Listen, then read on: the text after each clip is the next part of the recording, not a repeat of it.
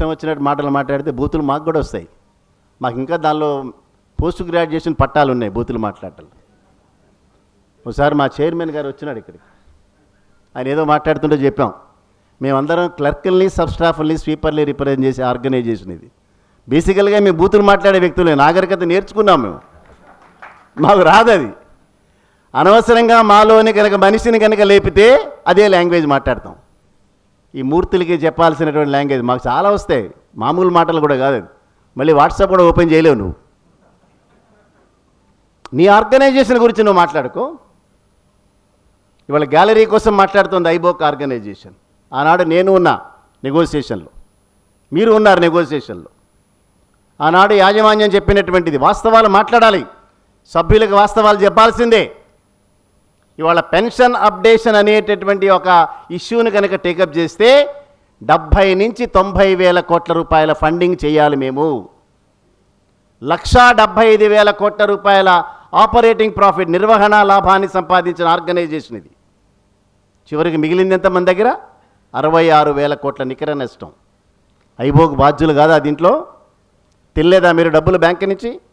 ఇష్టం వచ్చినట్టు అడ్వాన్స్ మీరు ఇవ్వలేదా? మా నోరిప్పించే ప్రయత్నాలు చేయకండి.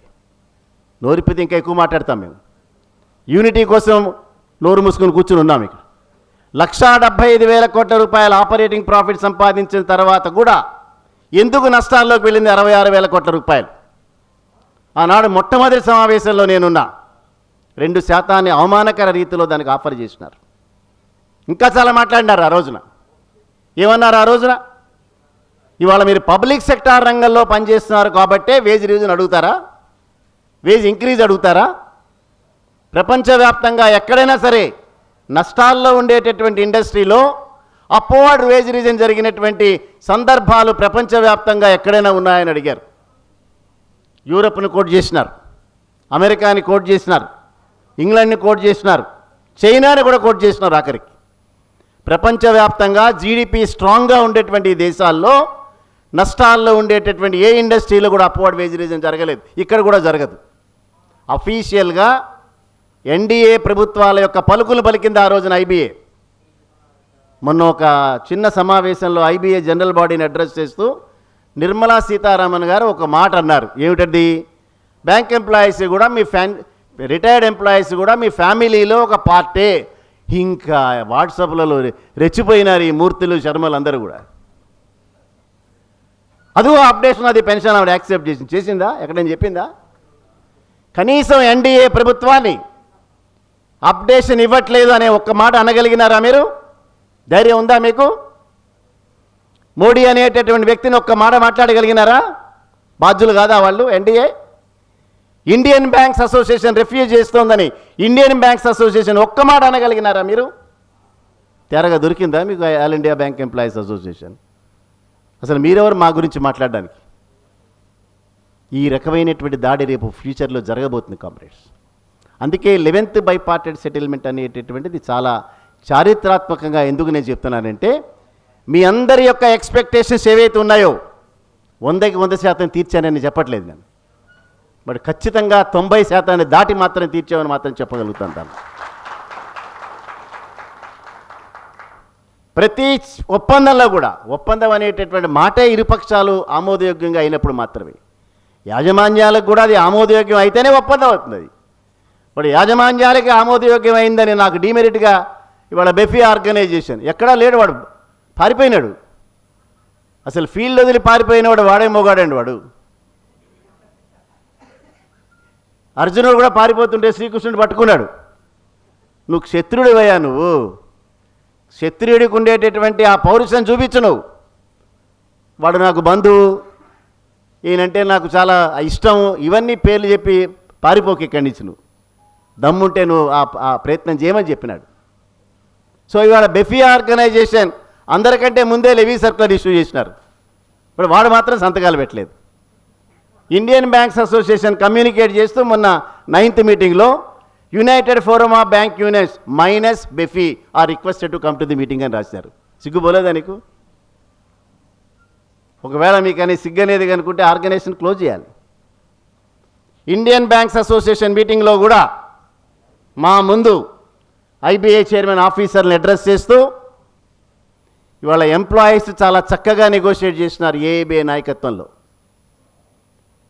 ఈరోజు కనుక మనం చూస్తే అనేక అంశాల మీద, బేసిక్ పే మీద మనం డిఏ సాధించినాం, స్టాగ్నేషన్ ఇంక్రిమెంట్ మీద డిఏ సాధించినాం, పీక్యూపీ మీద డిఏ సాధించినాం, స్పెషల్ అలవెన్సెస్ మీద డిఏ సాధించినాం, స్పెషల్ పే మీద డిఏ సాధించినాం, అఫీషియేటింగ్ అలవెన్స్ మీద డిఏ సాధించినాం, ఆఖరికి ట్రాన్స్పోర్ట్ అలవెన్స్ మీద కూడా డిఏ సాధించినాం. చారిత్రాత్మక కాదా ఇది? ఖచ్చితంగా చారిత్రాత్మక. ఐబీఏ చైర్మన్ అదే అడిగినాడు.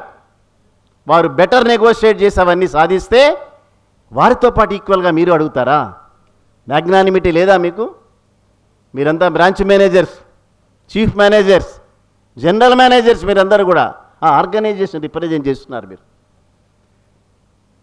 ట్రాన్స్పోర్ట్ అలవెన్స్ ఎంత? 600 రూపాయలు. దాని మీద డిఏ ఇచ్చినాం. అది కూడా అడిగేటటువంటి నీచ స్థితికి దిగజారిపోయినారు మీరు. వర్చువల్గా మాట్లాడినాడు కామ్రేడ్స్. ఇదంతా బయట చెప్పాలి మనం. ఇది మీకు మ్యాగ్నానిమిటీ లేకపోయినా, మీకు ఆ సహృదయం లేకపోయినా నాకుంది ఆ సహృదయం, తీసుకోండి పొండి అన్నాడు. బిచ్చం వేసినట్టు వేసేసినాడు. ఆ బిచ్చాన్ని తీసుకున్నారు అధికారులు. పాపం చాలా బీదవాళ్ళు కదా వీళ్ళు. 1,75,000 కోట్ల రూపాయలు ఎన్పిఏలు డిసైడ్ చేసినారు కదా వీళ్ళు ప్రతి సంవత్సరం కూడా.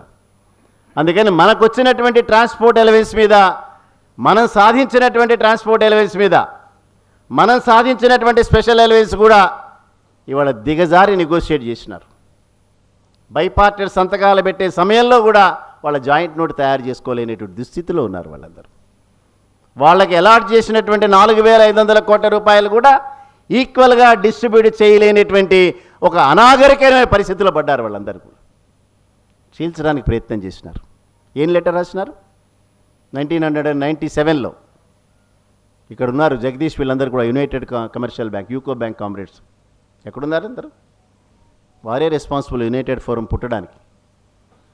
అక్కడ ఎప్పుడైతే డిఏని ఫ్రీజ్ చేసినారో, అక్కడ ఎక్కడైతే మానిటరీ బెనిఫిట్స్ ఫ్రీజ్ చేసినారో ఆ రోజే united forum of bank units పుట్టింది. ఎక్కడున్నారు మీరందరూ? అప్పుడు all India bank employees association నాయకత్వంలోనే united forum of bank units పుట్టింది.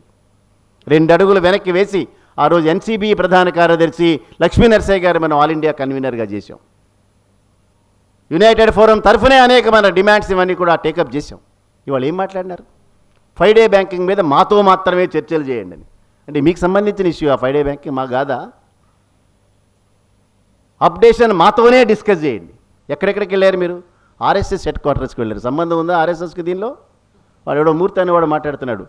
ఆయన ఎవరో ఆర్ఎస్ఎస్ ఆయనట మోడీ గారి దగ్గరికి వెళ్ళి పొద్దున్నే తెల్లవారుజామున 6 గంటలకి ఏదో నోటు ఇచ్చినారట, దాని మీద అప్డేషన్ అయిందట. ఎవరికి చెప్తారు ఈ కబుర్లన్నీ కూడా మీరు? ఎవడసలు వాడు అసలు మనకేం సంబంధం? అంతో ఏ ఏరియాలో కూడా సంబంధం లేదు. ఇదే ఆఫీసర్స్ ఆర్గనైజేషన్ ప్రతి గుమ్మాన్ని ఎక్కారు వీళ్ళందరూ కూడా పోయి అబద్ధాలు చెప్పినారు బ్యాంకింగ్ ఫ్రెటర్నిటీ. ఏందట? 5 రోజుల సమ్మె కాల్ చేసినారు. 5 రోజుల సమ్మెకి. ఆ తర్వాత ఎవరో బ్యాంకింగ్ సెక్రటరీ ఎవరో ఆయన పిలవలేదని చెప్పినాడు. తర్వాత ఆయన పిలిచినాడట, మేము అన్నీ సెటిల్ చేస్తామని చెప్పినారట. ఎక్కడ మరి సెటిల్ కాలేదు ఇవాళ? 5 రోజుల సమ్మె ఎందుకు కాలాప్ చేసినారు మీరు? ఎవరికి అబద్ధాలు చెప్తున్నారు? తారకేశ్వర చక్రవర్తి గారు మా అందరికీ కూడా అనేక సార్లు చెప్పాడు, సబ్జెక్టు ఉండాలి మీ దగ్గర, ప్రజెంటేషన్ కూడా ఉండాలి. సబ్జెక్ట్ని ఎక్వైర్ చేయాలి, అది ఏ రకంగా ప్రజెంట్ చేయాలో రెండూ తెలియాలి. అదర్వైజ్ మీరు ఫెయిల్యూర్. కానీ ఎట్టి పరిస్థితుల్లో సభ్యులకు అబద్ధాలు చెప్పొద్దని చెప్పినారు ఆ రోజు. మా జీవితంలో ఎప్పుడు చెప్పలేదు మేము. మా జీవితంలో ఎప్పుడు కూడా ఒక సభ్యుని దగ్గర నుంచి 1 రూపాయి కోసం చెయ్యి జాచలేదు మేము. గర్వంగా చెప్తాం మేము. నిజాయితీగా బతికాం, అబద్ధాలు చెప్పలేదు, జరిగిన దాన్ని వాస్తవంగా చెప్పాం. చేసిన ప్రతి విజయాన్ని కూడా షేర్ చేసుకున్నాం మేము. విజయాలు సాధించాం కూడా. దాంట్లో సాధించలేని కూడా కొన్ని ఉన్నాయి, దానిలో కాదని అంటలేదు, మానవ మాత్రలే మనం. కానీ సాధించలేని దానికోసం మేము ఎప్పుడు కూడా నిరుత్సాహపడలేదు. ఈరోజు సాధించలేనటువంటి విషయాన్ని తప్పనిసరిగా వచ్చేటటువంటి రోజుల్లో సాధిస్తామన్న నమ్మకంతోనే all India bank employees association ప్రయాణం చేస్తుంది ఎప్పుడు కూడా. అందుకే చెప్తున్నా ఇవాళ కామ్రేడ్ సమద్ ఖాన్, ఒక యంగ్ కామ్రేడ్ని రవీంద్రనాథ్ చూజ్ చేసినాడు. రాబోయేటటువంటి రోజుల్లో మనం అందరం, చాలామంది మేము అందరం ఉండవు ఈ ప్రపంచంలో, but he will definitely one day become the very very important personality in the banking industry. అంటే ఆయన్ని నేను పేరు తీసుకున్నా కాబట్టి మిగతా వాళ్ళని తీసుకోవట్లేదని కాదు, చాలామంది ఉన్నారు కామ్రేడ్స్ ఇక్కడ. మన రాష్ట్రంలో Andhra bank and state bank of Hyderabad ఈ రెండింటికి సంబంధించిన కామ్రేడ్ యొక్క కాంట్రిబ్యూషన్ ఎట్టి పరిస్థితుల్లో తక్కువగా అంచనా వేయలేం మనం. ఈ రెండు తెలుగు రాష్ట్రాల్లో ఉధృతంగా ఉజ్వలంగా all India bank employees association అప్రతిహతంగా కార్యక్రమాలు అమలు చేసిందనంటే ఈ రెండు బ్యాంకులకు సంబంధించిన మన ఏఐబి ఆర్గనైజేషన్స్ సభ్యులు చేసినటువంటి కాంట్రిబ్యూషన్ వెలకట్టలేనిది, మర్చిపోలేనటువంటిది. అందులో ముఖ్యంగా Giants state bank of Hyderabad నుంచి అయితే ఈశ్వరరావు గారు, సీతారామారావు గారు, రాఘవులు గారు వెనకాల నుంచి చాలా సైలెంట్గా ఉండేవాడు. వీళ్ళంతా మాకు రోల్ మోడల్స్. వీళ్ళందరూ కూడా శ్యామ్ సుందర్ గారు, వీళ్ళందరూ కూడా చాలా నిజాయితీతో నిస్వార్థంగా సర్వ్ చేసినారు. ఆంధ్రా బ్యాంకులో చాలామంది కామ్రేడ్స్ ఉన్నారు. మధ్యలో హనుమంతరావు గారు దారి తప్పినా బట్ వారి కాంట్రిబ్యూషన్ కూడా వెలగట్టలేనటువంటిది all India bank employees association. ఇక సరే మన మోహన్ రెడ్డి గారు, రవీంద్రనాథ్ వీళ్ళైతే అసలు మనం మర్చిపోలేనటువంటి కాంట్రిబ్యూషన్. కొండలరావు గారు చాలా అద్భుతంగా ఆర్గనైజేషన్స్ని 98%, 99% మన ఆర్గనైజేషన్స్ని నిలబెట్టినారు. దాంట్లో ఎప్పుడు కూడా ఒక కార్యక్రమం వచ్చిందనంటే సోల్జర్స్ని రెడీగా పెట్టినారు. అలాగే కుప్పయ్య శెట్టి గారు కెనరా బ్యాంక్ నుంచి, రాజీవ్ శెట్టి గారు అండ్ అదర్స్. సరే గణపతి చాలా వైల్డ్గా అప్పుడప్పుడు బిహేవ్ చేసిన సిండికేట్ బ్యాంక్ నుంచి, కెనరా బ్యాంక్ కానీ సిండికేట్ బ్యాంక్ కానీ, సుందర్రావు గారి నాయకత్వంలో వీళ్ళందరూ కూడా చాలా ఎనలేనటువంటి సేవలు చేసినటువంటి కామ్రేడ్స్ ఇవ్వందరు. రాబోయేటటువంటి రోజుల్లో మరికొన్ని బ్యాంకుల నుంచి మరికొన్ని వ్యక్తులు కామ్రేడ్స్ కాంట్రిబ్యూట్ చేయొచ్చు దానికి. బట్ ఈ కామ్రేడ్స్ వీళ్ళ పేర్లు నేను తీసుకున్నాను కాబట్టి మిగతా వాళ్ళకి కాదని కాదు. నేను, కృష్ణారావు, రవి అయితే బహుశా మేము ముగ్గురం రైట్ ఫ్రమ్ ది బిగినింగ్ మేము ఉన్నాం. రేపు నెక్స్ట్ ఫిబ్రవరిలో మళ్ళీ మీరు సన్మానం చేస్తారని మాకు తెలుసు. మళ్ళీ 25 సంవత్సరాలు కంప్లీట్ చేస్తాం మేము. అంటే మేము మీకు చేయాలి, మమ్మల్ని 25 సంవత్సరాలు భరించినందుకు. ఏం రమణ? కానీ కాంట్రిబ్యూట్ చేశాం కామ్రేడ్స్. మిమ్మల్ని ఎక్కడా కూడా మేము అగౌరవపరచలేదు. మిమ్మల్ని బయట రాష్ట్రాలకు మేము వెళ్ళినప్పుడు, నేను మోహన్ రెడ్డి గారు వెళ్ళినప్పుడు ట్రైన్స్లో ట్రావెల్ చేసాం.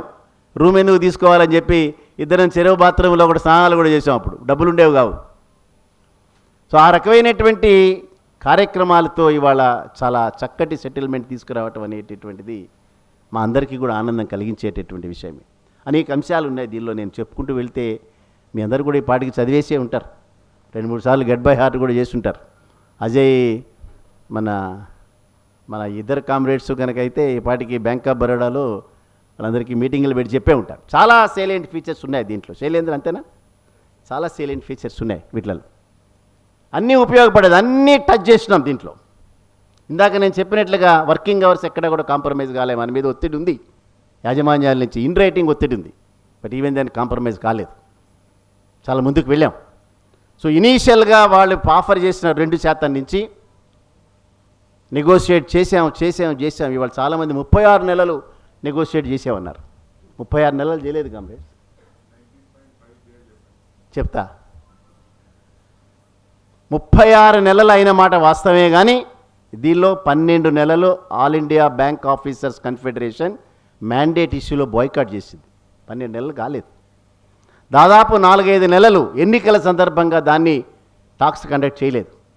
ఇనీషియల్గా 2-3 నెలల తర్వాత మాత్రమే ఫస్ట్ టైం టాక్స్ హోల్డ్ చేసినారు. సో ఐబోక్ బాయ్కాట్ చేసింది, ఎన్నికలు వచ్చినాయి. దాన్ని కోవిడ్ సిట్యుయేషన్లో 4-5 నెలలు దాటి మనం ఉన్న ఊళ్ళు దాటి బయటికి పోలేకపోయినాం. సో ఓవరాల్గా 36 నెలల్లో కేవలం 12 నెలలు మాత్రమే నెగోషియేషన్లో స్పెండ్ చేశాను తప్ప 24 నెలలు అనేక కారణాల వల్ల డిలే అయింది తప్పిస్తే all India bank employees association దానికి సమాధానం చెప్పాల్సినటువంటి అవసరం లేదు. బట్ ఈవెన్ దెన్ ప్రపంచవ్యాప్తంగా ఏ దేశ యొక్క జీడిపిని తీసినా కూడా మేజర్ కాంట్రిబ్యూషన్ సర్వీస్ సెక్టార్ నుంచి ఉంటుంది, second major contribution industrial sector నుంచి ఉంటుంది. బట్ ఇవాళ ఫిబ్రవరి మాసం నుంచి కూడా కరోనా అతలాకుతలం చేసినటువంటి సందర్భంలో మొన్ననే రిజర్వ్ బ్యాంక్ ఆఫ్ ఇండియా ఇచ్చినటువంటి డేటా కనుక మనం చూస్తే 9.2% ఉన్న జీడిపి కాస్త 4.2%కి కరోనా కంటే ముందే వచ్చింది. ఆ తర్వాత 26% ఫస్ట్ క్వార్టర్లో, 9.6% రెండో క్వార్టర్లో నష్టపోయి ఇవాళ మైనస్లోకి వెళ్ళిపోయినటువంటి జీడిపి సందర్భంలో మీ ఓన్ ఆర్గనైజేషన్, మీకు సంబంధించినటువంటి all India bank employees association 7,898 కోట్ల రూపాయలు మనం నెగోషియేట్ చేసి సాధించామనంటే ప్రపంచవ్యాప్తంగా ఎక్కడా జరగలేదు కామ్రేడ్. భారతదేశం కాదు, భారతదేశం ఒక్కటే కాదు, ప్రపంచవ్యాప్తంగా ఆర్థిక వ్యవస్థ తల్లకిందులైనటువంటి నేపథ్యంలో మీ ఆర్గనైజేషన్, మీకు సంబంధించినటువంటి ఒక పేరెంట్ ఆర్గనైజేషన్ ఇంత పెద్ద మొత్తంలో 4,700 కోట్ల రూపాయలు మాత్రమే 10వ ద్వైపాక్షిక వేతన ఒప్పందంలో మనం సాధించింది. ఇవాళ 7,898 అంటే దాదాపు 8,000 కోట్ల రూపాయలు మీ ఆర్గనైజేషన్ మీకోసం సాధించి పెట్టింది. ఇది అద్భుతం కాదు అని ఎవరైనా మాట్లాడితే మనం చేయగలిగింది ఏం లేదు. చాలామంది తాజ్మహల్ చూడడానికి వెళ్తాం. 99% అందరికీ తాజ్మహల్ దగ్గరికి వెళ్ళగానే తాజ్మహల్ కనిపిస్తుంటుంది. 1% ఈ మూర్తులు ఉన్నారు కదా, వీళ్ళకి తాజ్మహల్ వెనకాల ఉన్న మురుగుతో ఉన్నటువంటి యమునా నది కనిపిస్తూ ఉంటుంది. వాడి కర్మ అది. వాడికి తాజ్మహల్ కనిపించదు. మనం ఎందుకు చూపించాలి అసలు వాడికి? సో అంచేత ఇంత విపత్కర పరిస్థితుల్లో కూడా 36 నెలలు నిన్ననే క్యాలిక్యులేట్ చేసినా చూసా కూడా. మేము ఆల్రెడీ ఒక సర్క్యులర్ కూడా ఇచ్చాం. ఒక స్టార్టింగ్ క్లరికల్ కనుక మనం ఎంత అని చూస్తే దాదాపుగా 32,000 రూపాయల క్లరికల్ శాలరీ అని ఒక స్టార్టింగ్. అంటే దేశవ్యాప్తంగా ఇందాక కృష్ణారావు చెప్పినట్టుగా 10.25 అనేటటువంటిది కామన్ హెచ్ఆర్ఏని సాధించిన తర్వాత 32,000 రూపాయల స్టార్టింగ్ శాలరీతో క్లరికల్ స్టాఫ్ని, ఒక సబార్డినేట్ స్టాఫ్ని దాదాపుగా 24,000 రూపాయలతో సబార్డినేట్ స్టాఫ్ని, అదే రకంగా మ్యాక్సిమం. మొన్ననే నాకు సిండికేట్ బ్యాంకులో కొంతమంది మిత్రులు ఉన్నారు, ఇక్బాల్కి తెలుసు కొంతమంది. ఓ రోజు నాకు ఫోన్ చేసినాడు ఆయన, కామ్రేడ్ ఎవరు మిమ్మల్ని 9th స్టాగ్నేషన్ ఇంక్రిమెంట్ సాధించమని చెప్పారు? నేను చెప్పలేదే. అరే నువ్వు సీనియర్ గదిరాబాయ్, నీకోసమనే 9th స్టాగ్నేషన్ నేను సంతోషపడుతుంటే నువ్వే వచ్చి 9th స్టాగ్నేషన్ నాకెందుకని అడుగుతావేంది? అవును కామ్రేడ్, మాకు 7th స్టాగ్నేషన్తోనే రిటైర్ అవుతాం మేము, ఈ 9th మాకు రాదు కదా అన్నాడు. మరి అచ్చా, హోల్ బైపార్టెడ్ నువ్వు నీ భారీ యాంగిల్లో చూస్తున్నారనమాట మీ ఇద్దరు. ఇక్బాల్కి తెలిసి ఎవరో కూడా. సరే రా భయ్, చూద్దాం మరి ఎవరెవరికి వస్తుందో అని అట్లా సమాధానం చెప్పలేను. ఎప్పుడైతే ఆ రోజున లాస్ట్ బట్ వన్ డే నాడు బైపార్టెడ్ సైన్ చేయడానికంటే ముందు రోజు ఇండియన్ బ్యాంక్స్ అసోసియేషన్ ఒప్పించి 9వ స్టాగ్నేషన్ ఇంక్రిమెంట్ సాధించి అన్ని స్టాగ్నేషన్లు 2 సంవత్సరాల ఇంటర్వెల్తో క్లరికల్ స్టాఫ్కి సాధించిన తర్వాత దాన్ని మళ్ళీ రీకాలిక్యులేట్ చేసి దానికి సంబంధించి దాదాపు 300 కోట్ల రూపాయలు మన కిట్టీలోంచి ఇచ్చిన తర్వాత బయటకు వచ్చి వాళ్ళిద్దరికీ ఫోన్ చేసిన నేను, మీ ఇద్దరికీ కూడా 9th స్టాగ్నేషన్ వస్తుందిరా అని రాత్రి 11:30-12కి ఫోన్ చేసిన. 11:30-12కి వాళ్ళు అక్కడి నుంచి ఏబిఏ జిందాబాద్ అని ఫోన్లో అరుస్తున్నారు. తర్వాత రోజు ఒక మెసేజ్, అద్భుతమైన మెసేజ్ పంపించినారు వాళ్ళిద్దరు కూడా. ఏంది అది? కామ్రేడ్ తప్పుగా అర్థం చేసుకున్నాం, క్షమించండి, మా యాంగిల్లో చూసిన మాట వాస్తవమే, కానీ ఇవాళ మేము గ్రాడ్యుయేట్స్. ఇవాళ ఒక గ్రాడ్యుయేట్ బ్యాంకులో జాయిన్ అయ్యి 9 స్టాగ్నేషన్ ఇంక్రిమెంట్లు తీసుకుని ఇక రిటైర్ అయ్యే సందర్భంలో నా శాలరీ వాళ్ళ 1,14,000 రూపాయలు. నా జీవితంలో ఎప్పుడు కూడా ఊహించలేదు నేను. బ్యాంకింగ్ ఇండస్ట్రీలో ఒక నార్మల్ గ్రాడ్యుయేట్ 1,00,000 రూపాయలు దాటి 1,14,000 రూపాయల జీతం తీసుకుంటామని నేను కానీ నా తల్లిదండ్రులు కానీ ఎప్పుడు మేము ఊహించలేదు. లాల్ సలాం to all India bank employees association. వాస్తవం ఇది, సాధించాం. ఇంతటితో మన జర్నీ ఆగిపోదు కామ్రేడ్స్, భవిష్యత్తులో ఇంకా చాలా పెద్ద జర్నీ ఉంది. ఇవాళకి మనం సంతోషిస్తున్నాం, రేపటి నుంచి మళ్ళీ ఆకలే. మీరు మామూలుగా అడగండి, భోజనం చేసిన తర్వాత ఎవరినైనా గులాబ్ జామున్ అంటే ఇష్టం కదా తింటామంటే వద్దు కామ్రేడ్, చాలా కడుపంతా బరువుగా ఉంది. కొద్దిసేపు అయిన తర్వాత 1,00,000 రూపాయలు జేబులో పెట్టి సరిపోతుందంటే లేదు కామ్రేడ్, ఈ జేబులో కూడా ఇంకో 1,00,000 రూపాయలు పెట్టి. డబ్బు అది, మనీ విషయాల్లో సంతృప్తి ఎట్టి పరిస్థితుల్లో ఉండదు. అది అక్కినే నాగేశ్వరరావు చెప్తుండేవాడు, తృప్తి అనేటటువంటిది ఎప్పుడైతే మనిషి ఆ స్టేజ్కి రీచ్ అవుతాడో అతని ఆరోగ్యం బాగుపడుతుందని. ఆయన 70 సంవత్సరాల వరకు మెట్లు ఎక్కుతుండేవాడు. ఎట్లా ఎక్కగలుగుతారంటే తృప్తి అంటుండేవాడు ఆయన. సో అంచేత అదే కామ్రేడ్స్ అందరూ కూడా మళ్ళీ తిరిగి చాలా అద్భుతమైనటువంటి ఏ రకంగా స్టాగ్నేషన్ ఇంక్రిమెంట్స్ని మేనేజ్మెంట్ కన్విన్స్ చేసామనేది మళ్ళీ మిరకిల్. అది ఈ రోజున 4, 5, 6 స్టాగ్నేషన్లు డ్రా చేసినటువంటి కామ్రేడ్స్ ఎవరైతే ఉన్నారో అందరూ కూడా ఆల్మోస్ట్ 8, 9 స్టాగ్నేషన్లోకి వెళ్ళిపోయినారు. సూపర్ యాన్యుయేషన్ కాస్ట్ పెరిగింది వాళ్ళందరికీ, పెన్షన్లు పెరిగినాయి వాళ్ళకి. మామూలు అచీవ్మెంట్స్ కావు ఇవన్నీ, ఎవరు ఊహించలేనటువంటి అచీవ్మెంట్స్. సో ఇవాళ 9వ స్టాగ్నేషన్ ఇంక్రిమెంట్ సాధించిన ఆ రోజు నేను మరి అటెండ్ అయినటువంటి చాలామంది కామ్రేడ్స్కి జ్ఞాపకం ఉండే ఉంటుంది. మనం లాస్ట్ సెంట్రల్ కమిటీ సమావేశం అటెండ్ అయినప్పుడు నేను చూచాయిగా చెప్పినా మీ అందరికీ కూడా 2 years ఇంటర్వెల్లో స్టాగ్నేషన్ సాధించబోతున్నాం, రీకాలిక్యులేషన్ సాధించబోతున్నాం అని ఆ రోజు చూచాయిగా చెప్పినా నేను. సో ఈ రోజున రీకాలిక్యులేషన్ సాధ్యమైన 1, 2, 3, 4, 5 స్టాగ్నేషన్ ఇంక్రిమెంటు 2 సంవత్సరాల ఇంటర్వెల్లో సాధ్యమైన 9వ స్టాగ్నేషన్ ఇంక్రిమెంట్ 2 సంవత్సరాల వ్యవధిలో సాధ్యమైన అది కేవలం మీ all India bank employees association వల్ల మాత్రమే సాధ్యమైంది కాబట్టి ఇంకొకళ్ళు కాదు. దాన్ని గర్వంగా రేపటి నుంచి బ్యాంకుకి పై బటన్ పెట్టుకోకుండా రండి, చెప్పండి అందరికీ మేమే దానికి రెస్పాన్సిబుల్ అని చెప్పాలి. ప్రతి ఒక్కడు క్లెయిమ్ చేస్తే కుదరదు. ఇక్కడ ఇవాళ బెఫీవాడు వచ్చి నేనే దానికి సమాధానం ఎక్కడున్నారు మీరు?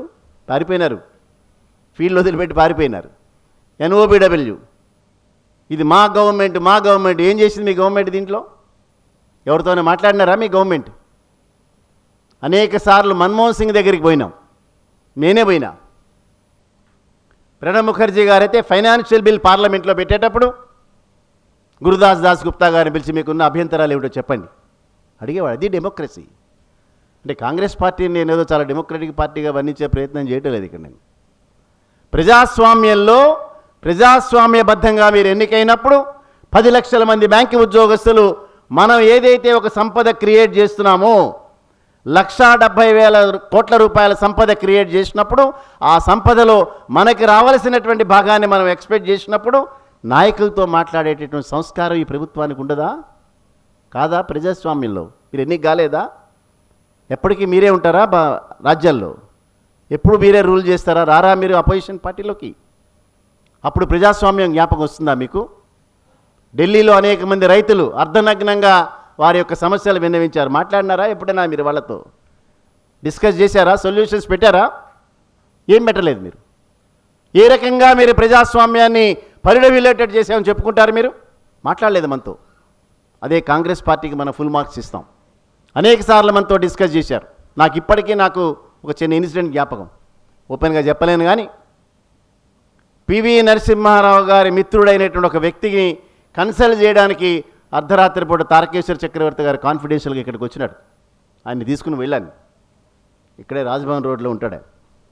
తర్వాత అందరూ కలిసి ఢిల్లీ వెళ్ళారు, లాబింగ్ చేసి పట్టుకొచ్చినారు పెన్షన్ని. సో కాంగ్రెస్ పార్టీ ప్రజల యొక్క ఆవేదనని ఆలోచనని కొంతవరకు సెటిల్ చేసినటువంటి ఆ పార్టీగా ఆ రోజున వాళ్ళని గుర్తించాం. మనం కూడా కాంట్రిబ్యూట్ చేసాం. ఇవాళ ఈ రకమైనటువంటి ప్రజాస్వామ్యానికి ప్రజలకి విలువ లేకుండా పోయింది. ఎకనామికల్ ఇంబ్యాలెన్సెస్ ఈ రోజున విపరీతమైన ఎకనామికల్ ఇంబ్యాలెన్సెస్. మొన్ననే ఒక టీవీ ఛానల్లో ఒక రిపోర్టర్ అడిగితే చెప్పిన ఇంత డిపాజిట్స్ ఉన్నాయి కదా 90 లక్షల కోట్ల రూపాయలు, మరి కోవిడ్ సిట్యుయేషన్లో ఏ రకంగా వెళ్ళాలి? ముందు ఒక మాట చెప్పండి మీరు. ప్రపంచంలో ఉన్న అత్యంత ధనవంతుల్లో 5 ధనవంతులు ఈ దేశంలో ఉన్నారు. 5. బట్ 50 కోట్ల మంది ప్రజలకి రెండో పూట తిండి లేని వ్యక్తులు కూడా ఈ దేశంలో ఉన్నారు. మనం అందరం కూడా బ్యాంక్స్లో పనిచేస్తున్నాం. మనం ఎకానమీ తెలిసినటువంటి వాళ్ళం, ఎకనామిక్స్ తెలిసినటువంటి వాళ్ళం. ఒక సమస్య ఆర్థిక పరంగా ఉన్నదాన్ని ఆలోచనతో దాన్ని సాల్వ్ చేయగల కెపాసిటీ కూడా ఉన్నటువంటి వాళ్ళు. ఇది నాకు సంబంధించింది కాదు అని మనం అనలేం. అంటే ప్రపంచవ్యాప్తంగా ఉన్నటువంటి అత్యంత ధనవంతుల్లో 5 భారతదేశంలో ఉంటారట. ఆ 5కి ₹1 కూడా బ్యాంకులో డిపాజిట్ లేదట వాడికి. ఎంత ఆశ్చర్యం అండి ఇది! ఎవడి మీద బతుకుతున్నాడు వాడు? ప్రజల సొమ్ము తింటాం కాదా అది? 50 కోట్ల మందికి రెండో పూట తిండి లేని సందర్భంలో కూడా బ్యాంకు ఉద్యోగస్తులకు 8,000 కోట్ల రూపాయలు సాధించాం. వారి దగ్గరికి వెళ్ళి చెప్పగలుగుతాం మనం? 8,000 కోట్ల రూపాయలు మనం సాధించామని రెండో పూట తిండి లేని కుటుంబానికి దగ్గరికి వెళ్ళి చెప్పగలుగుతాం మనం? చెప్పలేము. అందుకే నేను మాట్లాడుతున్నా ఈ బైపార్టెడ్ యొక్క గొప్పతనం. ఎకనామికల్ ఇంబ్యాలెన్సెస్ మామూలు ఇంబ్యాలెన్సెస్ కాదు ఈ దేశంలో. డిఏ కాంపెన్సేషన్ లేనటువంటి ఉద్యోగస్తులు 94% మంది ఉన్నారు. కేవలం 6% మందికి మనకే ఉంది కాంపెన్సేషన్. మొన్న 40 స్లాబ్స్ని పెరిగినటువంటి నేపథ్యంలో ఇది కాంపెన్సేషన్ లేని వ్యక్తుల దగ్గరికి వెళ్ళి మనం షేర్ చేసుకోగలుగుతామా? మన యొక్క ప్రస్థానాన్ని కాంక్షిస్తారా? అప్రిషియేట్ చేస్తారా? వాళ్ళు చేయరు, ఖచ్చితంగా చేయరు. నేనే దానికి సాక్ష్యం. పెన్షన్ సెటిల్మెంట్ అప్పుడు కోటిలో మనం అందరం అద్భుతమైనటువంటి ఊరేగింపులు చేస్తుంటే ఎవరో పక్కన ఒక ఆయన నన్ను మామూలు వ్యక్తి అనుకుని అడిగినాడు నన్ను, ఏం సార్ వీళ్ళందరూ రంగులు చల్లుకుంటున్నారు, కేరింతలు కొడుతున్నారు, ఏంటంటే పెన్షన్ సాధించినారు, ఉన్న జీతాలు సరిపోవు సార్, వీళ్ళకి పెన్షన్లు కూడా కావాలని అడిగినాడు. కోపం ఉంటుంది సమాజంలో, ఖచ్చితంగా మనకే ఉంటుంది. మన కుటుంబంలో ఎవరైనా కనుక ఏదైనా చేస్తే ఆ కుటుంబంలో మనకు కూడా ఉంటుంది ఆ కోపం. అయినా సరే మనం ముందుకు వెళ్తున్నాం. అంటే ఈ రోజున దేశంలో ఒక అట్రాక్టివ్ శాలరీ కానీ స్ట్రక్చర్ కానీ చేసినటువంటి వాళ్ళలో ఒక వన్ ఆఫ్ ది బెస్ట్ కేటగిరీగా మనం రికగ్నైజ్ చేయబడతాం. ఎవరో కంపేర్ చేస్తుంటారు టీచర్లకి ఎక్కువ ఉందండి అని. ఇది ఒక్క టీచర్ని చూపించండి కామ్రేడ్, హెడ్ మాస్టర్ అయినటువంటి ఒక్క టీచర్ని చూపించండి, వాడు టీచర్గా జాయిన్ అవుతాడు, టీచర్గా రిటైర్ అవుతాడు. ఇవాళ సబార్డినేట్ స్టాఫ్ కాదు, స్వీపర్లుగా జాయిన్ అయిన వాళ్ళు నాకు తెలుసు. నేనే ఒక సెటిల్మెంట్ సైన్ చేస్తాను సెంట్రల్ బ్యాంక్లో.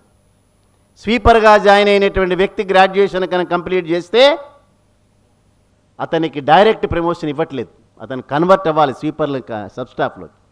బట్ ఒక గుంటూరులో ఒక ఆయన నాగేంద్రం అనే ఒక వ్యక్తి, సెంట్రల్ బ్యాంక్ కామ్రేడ్స్ కొంతమంది ఉన్నారు ఇక్కడ, ఆయన గ్రాడ్యుయేషన్ కంప్లీట్ చేసినాడు స్వీపర్గా ఉండి. ఆయన కోసం అని చెప్పి ప్రత్యేకంగా ఒక సెటిల్మెంట్ సైన్ చేశాం మేము. ఎవరైనా కనుక స్వీపర్లు ఇవాళ సైన్ చేసినాం, సబార్డినేట్ స్టాఫ్ కనుక సిఏబి కంప్లీట్ చేస్తే క్లరికల్ స్టాఫ్తో సమానంగా వారికి కూడా ఇంక్రిమెంట్ ఇవ్వాలని మొట్టమొదటిసారిగా మనమే సైన్ చేసినాం ఇక్కడ. ఆ రోజున వారికి ప్రమోషన్ కోసం సైన్ చేసినాం. ఆ రోజున స్వీపర్గా ఉన్న వ్యక్తి క్లరికల్గా అవటమే కాకుండా ఇవాళ స్కేల్ 5 ఆఫీసర్గా ఉన్నాడు సెంట్రల్ బ్యాంక్ ఆఫ్ ఇండియాలో. స్కేల్ 5. రాంబాబు అబద్ధం చెప్తున్నాడని చెప్పి ప్రవీణ్ అనుకుంటే నేను నెంబర్ కూడా ఇస్తా. కిషోర్ రేపు గుంటూరు వెళ్ళిన తర్వాత నాగేంద్ర నెంబర్ ఇస్తా, తెలుసు కదా. Scale 5, scale 5. ఎవరు దానికి కారణం? మనం గర్వంగా all India bank employees association చెప్తాం. నేను ఒకసారి స్విట్జర్లాండ్ దేశానికి వెళ్ళినప్పుడు నేను ఇట్లా కూర్చుంటే నన్ను డయాస్ మీద పిలిచారు. 120 దేశాలు ఉన్నాయి అక్కడ. ఆ 120 దేశాల మధ్యలో నన్ను ఆయన యాంకర్ ఇందా కృష్ణారావు గారు చెప్పినట్లుగానే ఆయన నన్ను పిలుస్తూ ఏమన్నాడో తెలుసా? There is one comrade sitting here, he belongs to all India bank employees association, an organization which has transformed the lives and living standards of the bank employees in India అని చెప్పాడు. అంతకు మించిన అప్రిసియేషన్ మనకు కావాలా comrade? అందుకే చెప్తున్నాను నేను, ఈ ఆర్గనైజేషన్లో సభ్యుడిని అయినందుకు నా పూర్వజన్మ సుకృతం అని చెప్పి ఎందుకు అనాలంటే ఇందుకే అనాలి. బ్యాంకు ఉద్యోగస్తుల యొక్క జీవన గతినే మార్చినటువంటి ఆర్గనైజేషన్ ఇది. ప్రభాత్కర్ గారు మామూలు కాంట్రిబ్యూషన్ కాదు, పర్వానా గారు చేసినటువంటి కాంట్రిబ్యూషన్ కాదు. అనేకసార్లు మీటింగ్లో చెప్పాను నేను, ఇవాళ మళ్ళీ చెప్తాను, వినాల్సిందే మీరు దాన్ని. State bank of Hyderabad comrades Parvana గారికి ఒక సఫారీ సూట్ ప్రజెంట్ చేస్తున్నారు. ఇప్పుడు కృష్ణారావు వేసుకున్న సఫారీ సూట్ లాంటిది. ఇక్కడే ఈశ్వరరావు గారు వాళ్ళందరూ ఇచ్చారు, రవీంద్రనాథ్ గారు వీళ్ళందరికీ తెలుసు అది. ఇక్కడే ఆయనకిచ్చి చాందినీ చౌక్ ఢిల్లీలో మనకి ఏఐబి ఆఫీస్ ఉండేది అప్పుడు, కలకట్టా కాదు ఢిల్లీ మనకి సెంట్రల్ ఆఫీస్. ఆ ఆఫీసులో పర్వానా అనేటటువంటి వ్యక్తి అర్ధరాత్రి 12 గంటలకు కూడా చలిలో కూర్చుని ఆఫీసులో పనిచేసుకుంటుండేవాడు. ఎస్బీహెచ్ కామ్రేడ్స్ చాలా స్ట్రాంగ్ కామ్రేడ్స్, ఈశ్వరరావు గారు వీళ్ళందరూ కూడా. వారు ఆ రోజున చూసి వచ్చిన తర్వాత మన కాన్ఫరెన్స్కి పిలుస్తాం కదా, 2-3 జతలు బట్టలు పెడదాం ఆయనకు, నేను కామ్రేడ్ మనకు అవసరం అటువంటి కామ్రేడ్స్, చాలా నిజాయితీగా నిస్వార్థంతో రాత్రి 12 గంటలు కూడా ఎంప్లాయీస్ రాసినటువంటి లెటర్స్కి కమ్యూనికేట్ చేస్తున్నాడు ఆయన అని చెప్పి ఆలోచించుకున్న తర్వాత కాన్ఫరెన్స్లో ఆయనకు 2 సఫారీ సూట్లు కొనిచ్చారు. అయిపోయింది, వెళ్ళిపోయినారు. ఒక 2-3 నెలల తర్వాత ఈ కామ్రేడ్స్ అందరూ ఢిల్లీ వెళ్ళారు ఒక యాక్టివిటీ కోసం. వీళ్ళు దిగేటప్పటికి రాత్రి 11-12 అయింది. అయిన తర్వాత అనుకున్నారట, మనం రూమ్కి వెళ్దామా, ఒకసారి ఏఐబి ఆఫీస్కి వెళ్దామా, ఏఐబి ఆఫీస్కి వెళ్దాంలే, ఒకసారి పర్వానా ఉన్నాడేమో చూద్దాం. ఆయన లేకపోతే ఈ రోజుల్లాగా మొబైల్స్ లేవు కదా ఆ రోజున. సో వెళ్ళి చూసి ఒకవేళ కామ్రేడ్ ఉంటే హలో చెప్దామని చెప్పి వెళ్తే లైట్ వెలుగుతోంది కింద నుంచి. అమ్మ పర్వానా గారు ఉన్నారని పైకి పోయినారు. పర్వానా కూర్చొని చేసుకుంటున్నాడు. కూర్చొని చేసుకున్న అబ్జర్వ్ చేశారు, మళ్ళీ చొక్కా లేకుండా బనీలు లేకుండా కూర్చొని చేసుకుంటున్నాడు. ఈశ్వరరావు గారికి కోపం వచ్చింది. లోపలికి వెళ్ళి రెండు కామ్రేడ్స్ అనగానే ఈశ్వరరావు గారు అడిగినారు, ఏం కామ్రేడ్, వాట్ ఈస్ దిస్? ఇచ్చినాం కదా మీకు, మేము నీ బాడీ అనేటది మాకు అవసరం అని చెప్పినాం కదా, సో నీకు ఇచ్చినటువంటి సఫారీ సూట్ కూడా ఎందుకు వేసుకోలేదని చెప్పి ఆర్గ్యూ చేస్తున్న నేపథ్యంలో ఎవరో ఇద్దరికి వీళ్ళకి ఛాయ్ తీసుకురావడం కోసం పట్టుకొస్తే ఆ కామ్రేడ్ వేసుకుని ఉన్నట్టు ఆ సఫారీ. ఇంకా కోపం వచ్చింది ఈశ్వరరావు గారికి. ఏంటి కామ్రేడ్, ఎవరు వేసలేనా, నీకు ఇచ్చినటువంటి సూట్ వారికి ఎట్లా ఇచ్చారు మీరు? అప్పుడు పర్వానా గారు సమాధానం చెప్పినట్టు, he is a post graduate running a taxi in Delhi, he doesn't have any job, but he knows that I am serving the bank employees. So every day while going back to the house, he definitely invariably comes to AIB office, picks me up, drops me at my residence without taking even a single penny. Now you tell me whether Parvana requires the safari suit or this comrade requires the safari suit. And that is your organization, comrade. That is All India Bank Employees. అందుకే పర్వానా గారిని మనం గుండెల్లో పెట్టుకుంటాం. అక్కడ పర్వానా అనగానే ఒళ్ళు ఎందుకు పులకరిస్తుందంటే అదే పులకరిస్తుంది. ఇందాక మోహన్ రెడ్డి గారు ఒకటి చారి గారి పేరు చెప్పలేదు కానీ కామెంట్ చేసినాడు. సేమ్ పర్వానా గారు చేసిన యాక్షన్లో మన దగ్గర కూడా హైదరాబాద్ వాస్తవ్యుడు ఆయన చారి గారిని హిమాయత్ నగర్లో ఒక అడ్వకేట్ ఉండేవాడు. ఎందుకంటే ఇవన్నీ కూడా చరిత్రలో గోల్డెన్ మూమెంట్స్, ఇవన్నీ వస్తే రాగలిగినటువంటి మళ్ళీ రిపీట్ కాగలిగినవి కావు ఇవన్నీ. ఆ రోజున ట్రిబ్యునల్ ఎరా వాడు ఇప్పుడు ఎవరైతే డిమాండ్ చేస్తున్నారో ట్రిబ్యునల్స్ కావాలని, ట్రిబ్యునల్ ఎరా ఉన్నటువంటి రోజుల్లో ట్రిబ్యునల్ అంటే ఏంది? గవర్నమెంట్ ఆఫ్ ఇండియాకి మనం డిమాండ్ సబ్మిట్ చేస్తాం, గవర్నమెంట్ ఆఫ్ ఇండియా ఒక ట్రిబ్యునల్ని అపాయింట్ చేస్తుంది, మన తరఫున ఒక అడ్వకేట్ పోతాడు, బ్యాంకర్స్ తరఫున ఒక అడ్వకేట్ పోతాడు, వాదిస్తాడు, చివరికి ట్రిబ్యునల్ జడ్జిమెంట్ ఇస్తుంది. అదే కదా ఆ ఎరాలో ఉన్నప్పుడు మన కామ్రేడ్స్ అందరూ కూడా ఢిల్లీలో ప్రభాత్కర్ గారు, పర్వానా గారు, తారకేశ్వర్ గారు వీళ్ళందరూ కూడా హైదరాబాదులో చారి గారు అనేటటువంటి ఒక అడ్వకేట్ ఉన్నాడు. ఆయన లెఫ్టిస్ట్ ఐడియాలజీ ఉండేటటువంటి వామపక్ష భావాలు ఉన్న వ్యక్తి, ఎవరిని కూడా ఎక్స్ప్లాయిట్ చేసేటటువంటి వ్యక్తి కాదు, చాలా మంచి అడ్వకేట్ కాబట్టి వారిని అడుగుదామని చెప్పి అక్కడి నుంచి బయలుదేరి హైదరాబాద్కి వచ్చినారట. వచ్చి చారి గారి దగ్గర పోయి అయ్యా ఈ కేసు వాదించండి అని అంటే ఆయన అవన్నీ చూసిన తర్వాత మీ యొక్క వాదన, మీ కేసులో ఓ మంచి పాయింట్స్ ఉన్నాయి, ఖచ్చితంగా వాదిద్దాం, ఒక 5,000 రూపాయలు ఇవ్వండి అని అడిగినట్టు. ఆ రోజుల్లో 5,000 రూపాయలు 30-40 సంవత్సరాల క్రితం అంటే చాలా పెద్ద అమౌంట్ అది. అయితే నోరు ఎలబెట్టినారట, కామ్రేడ్ మా దగ్గర 5,000 రూపాయలు లేవు, రేపు ఈ సెటిల్మెంట్ అయిన తర్వాత ఖచ్చితంగా మేము ఇస్తామని చెప్పి అప్పుడు ఆయన చెప్పినట్టు చారి గారు, ఈ 5,000 రూపాయలు నా కోసం కాదు, ఇవాళ 29 బ్యాంకులు సైన్ చేసినాయి బైపార్టెడ్ 29 బ్యాంక్స్. ఆ రోజున దాదాపుగా 34 బ్యాంక్స్ ఆ రోజు సైన్ చేసి. సో 34 బ్యాంకులకి మీరు ఇచ్చినటువంటి డిమాండ్స్ ఏవైతే ఉన్నాయో అవి సర్వ్ చేయడానికి టైపింగ్ ఖర్చుల కోసం వీటన్నిటి కోసం అయ్యేటటువంటిదే 5,000 రూపాయలు అడిగినా తప్పిస్తే నా ఫీజు అడగలేదు కామ్రేడ్స్. అయినప్పటికీ కూడా మీ దగ్గర డబ్బు లేదు కాబట్టి నా కారు తాళం చెవులు మీకు ఇస్తున్నాను, ఇది బేగం బజార్కి వెళ్ళి ఆ కారు అమ్మేసి 5,000 రూపాయలు పట్టుకురమని ఆ రోజు చారి గారు చెప్పినట్టు. చారి గారి కొడుకు కానీ, చారి గారి డాటర్ కానీ, చారి గారి భార్య కానీ బ్యాంక్ ఎంప్లాయీస్ కాదు. బట్ బ్యాంక్ ఎంప్లాయీస్ పట్ల నిబద్ధత, బ్యాంక్ ఎంప్లాయీస్ యొక్క వారి యొక్క సర్వీస్ కండిషన్స్ మెరుగుపడాలనేటటువంటి ఆలోచన ఉన్నటువంటి చారి గారు లాంటి వ్యక్తులు ఏ రకమైన కాంట్రిబ్యూట్ చేసినారో ఆలోచించండి కాబట్టి. ఎక్కడున్నారు ఈ మూర్తులు, శర్మలు, శాస్త్రులు వీళ్ళందరూ? ఇవాళ అవాకులు చెవాకులు పేలుతున్నారు. వివి గిరి గారు కార్మిక మంత్రి గారు రాజీనామా చేసినాడు బ్యాంకు ఉద్యోగస్తుల పట్ల. ప్రభాత్కర్ గారు ఆ రోజున పార్లమెంట్లో నిలబడి బయోలేటరలిజం కావాల్సిందే బ్యాంకు ఉద్యోగస్తులకి, మీరెవరు డిసైడ్ చేయడానికి, వారెవరు చెప్పడానికి, మాకున్నటువంటి సమస్యలు మేమే విన్నవిస్తాం, వారికి ఉన్న సమస్యలు వారే మాకు చెప్పాలని చెప్పి బయోలేటరలిజం 1966లో ఫస్ట్ బైపార్టెడ్ ద్వారా పట్టుకొస్తే ఇవాళ వీళ్ళందరూ వెళ్ళి ఇవాళ ట్రిబ్యునల్స్ని డిమాండ్ చేస్తారా? దాన్ని మనం యాక్సెప్ట్ చేయాలా? ఎవరండి మీరెవరండి డిమాండ్ చేయడానికి?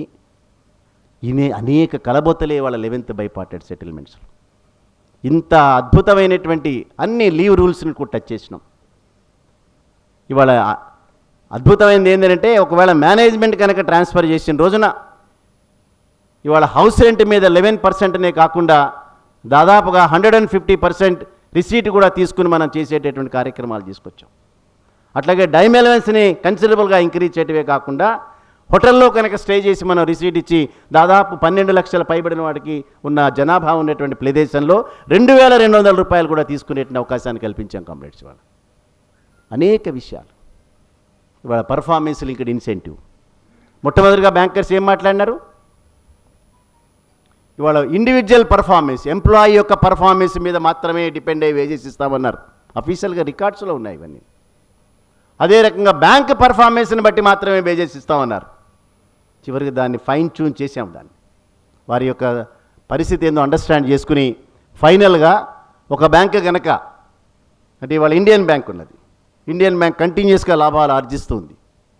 ఒకవేళ ఇండియన్ బ్యాంక్ లాంటి బ్యాంక్ కనుక లాస్ట్ ఇయర్ ఆర్జించినటువంటి ఆపరేటింగ్ ప్రాఫిట్ మీద 15% దాన్ని కనుక ఆర్జించిన రోజున ఆ బ్యాంకు కనుక నికర లాభాన్ని కనుక చవిచూసిన రోజున 15 రోజుల వేతనాన్ని ఇచ్చేటట్టుగా పర్ఫార్మెన్స్ లింక్డ్ ఇన్సెంటివ్ పట్టుకొచ్చాం. చప్పట్లు కొట్టరా మీరు? ఇదే సిండికేట్ బ్యాంకులో ఉన్నటువంటి కామ్రేడ్ 1,14,000 రూపాయలు ఏదైతే సాధిస్తున్నాడో దాదాపుగా 70,000 రూపాయలు ఇన్సెంటివ్ వస్తుంది ఆయనకి సంవత్సరానికి. 70,000 రూపాయలు. ఎకనామికల్ ఇంబ్యాలెన్సెస్లో నేను చెప్పేది కూడా అదే కామ్రేడ్స్. ఎవరైతే సృష్టికర్త ఉన్నాడో సంపదకి, ఆ సృష్టికర్తకి మాత్రమే వెళ్ళాలనేటటువంటి మన వాదన ఈ 70,000 రూపాయలు. చూడ్డానికి సింపుల్గా కనిపించవచ్చు. ఇవాళ ప్రభుత్వాల యొక్క వాదనకి మన వాదనకి తేడా ఉంది. మీరందరూ గమనించే ఉంటారు. ఈ రోజున ఈ దేశంలో ఉన్నటువంటి కేంద్ర కార్మిక సంఘాల వాదనైనా, all India bank employees association లాంటి ఒక ఇండిపెండెంట్ ఆర్గనైజేషన్ వాదనైనా, మనం సృష్టించినటువంటి సంపద ఏదైతే ఉందో ఆ సంపదలో కొంత భాగం మనకు రావాలి అనేటటువంటిది సృష్టికర్తలుగా మనల్ని మనం అన్వయించుకుంటున్నాం కాబట్టి. కానీ వాళ్ళ ప్రభుత్వాలు దాన్ని యాక్సెప్ట్ చేయటం లేదు.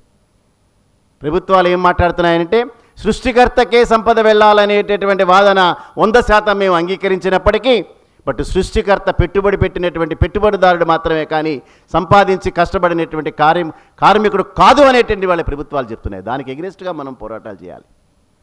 ఇవాళ ఇంత సిట్యుయేషన్లో మనం తీసుకొచ్చినా కూడా నరేంద్ర మోడీ ప్రభుత్వం కానీ, మహారాష్ట్రలో ఉన్న శివసేన ప్రభుత్వాలు కానీ, ఇంకొకటి కానీ, ఇవి కార్మికుల పక్షపాతి ప్రభుత్వాలు కావు. ఇవి ఖచ్చితంగా పెట్టుబడిదారులకు కొమ్ము కాసేటటువంటి ప్రభుత్వాలే. వారి యొక్క ఆలోచన విధానమే చెప్తోంది. అది అనేక సార్లు పబ్లిక్ సెక్టార్ రంగం అనేటటువంటిది మా ఆలోచన విధానం కాదు. ఇవాళ ప్రైవేట్ రంగం అనేటటువంటిది వేలాడుతుంది బ్యాంకింగ్ రంగం మీద. యూకో బ్యాంక్ ప్రైవేటైజ్ చేస్తామంటున్నారు. సెంట్రల్ బ్యాంక్ ఆఫ్ ఇండియాని ప్రైవేటైజ్ చేస్తామంటున్నారు. బ్యాంక్ ఆఫ్ ఇండియాని ప్రైవేటైజ్ చేస్తామంటున్నారు. ప్రైవేటైజేషన్లోకి 4 బ్యాంకులు మాత్రమే పబ్లిక్ సెక్టార్ రంగంలో ఉంచుతాం, మిగతావన్నీ బయటికి ప్రైవేట్ రంగంలో పంపిస్తామంటారు. నాకున్న సమాచారం మేరకు రిజర్వ్ బ్యాంక్ ఆఫ్ ఇండియాకి కేంద్ర ప్రభుత్వానికి ఉన్న ఒకే ఒక డిఫరెన్స్ ఆఫ్ ఒపీనియన్ వల్ల మాత్రమే ప్రైవేట్ రంగంలో ఇది వెళ్లకుండా ఆగింది. రిజర్వ్ బ్యాంక్ ఆఫ్ ఇండియా చెప్తోంది 4 పెద్ద బ్యాంకులు మీ దగ్గర పెట్టుకోకండి. స్టేట్ బ్యాంక్ ఆఫ్ ఇండియాని ప్రైవేట్ రంగంలోకి తీసుకురండి, పంజాబ్ నేషనల్ బ్యాంక్ని ప్రైవేట్ రంగంలోకి తీసుకోండి, బ్యాంక్ ఆఫ్ బరోడాని ప్రైవేట్ రంగంలోకి తీసుకోండి, కెనరా బ్యాంక్ను కూడా తీసుకోండి. దానివల్ల మీకు 48,000 కోట్ల రూపాయల లాభాలు వస్తాయి. మీరు సెంట్రల్ బ్యాంక్ని అమ్మినా, బ్యాంక్ ఆఫ్ ఇండియాని అమ్మినా కొనేవాడు ఎవడెక్కడ? అంచేత మంచి బ్యాంకులు మాత్రమే మీరు ప్రైవేట్ రంగంలోకి తీసుకెళ్ళి అమ్మమని చెప్పి రిజర్వ్ బ్యాంక్ సలహా ఇచ్చింది. ఈ రెండింటి మధ్యలో ఒప్పందం కుదరక ఆగింది.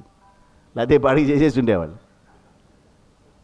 దానికి వ్యతిరేకంగా మనం పోరాటాలు చేయాలి కాబట్టి రేపు 26వ తేదీ సమ్మెను మనం పిలిపించాం. 26వ తేదీ సమ్మె మా నార్మల్ సమ్మె కాదు కామ్రేడ్. చప్పట్లు కొట్టాలి మనం. పరిశ్రమకు వ్యతిరేకంగా, బ్యాంకింగ్ రంగానికి వ్యతిరేకంగా, ఉద్యోగులకు వ్యతిరేకంగా వీరు తీసుకునే నిర్ణయాల్ని ప్రతిఘటించడంలో కేవలం all India bank employees association సభ్యుల యొక్క బలం మాత్రమే సరిపోదు కాబట్టి మనం జాయిన్ అయినాం. ఎక్కడున్నారు ఈ ఐబోక్ వాళ్ళు? ఇప్పుడు సెంట్రల్ బ్యాంక్ ఆఫ్ ఇండియాని ప్రైవేట్ రంగంలోకి అన్వయిస్తామని చెప్తుంటే 8,000 మంది ఐబోక్ సభ్యులు ఉన్నారు కదా, అది ఇష్యూ కాదా వాళ్ళకి? వేజీ రోజున అయిపోయింది, ఆ సంకలు గుర్తుకుని ఇంటికి పోతారా? ఇక మీరు ఎక్కడున్నారు? మీరు ఇన్బోక్ అనే ఆర్గనైజేషన్ ఏవి ఎక్కడ కాగడా పెట్టిన ఎత్తుకున్నా ఎవరు దొరకట్లేదే.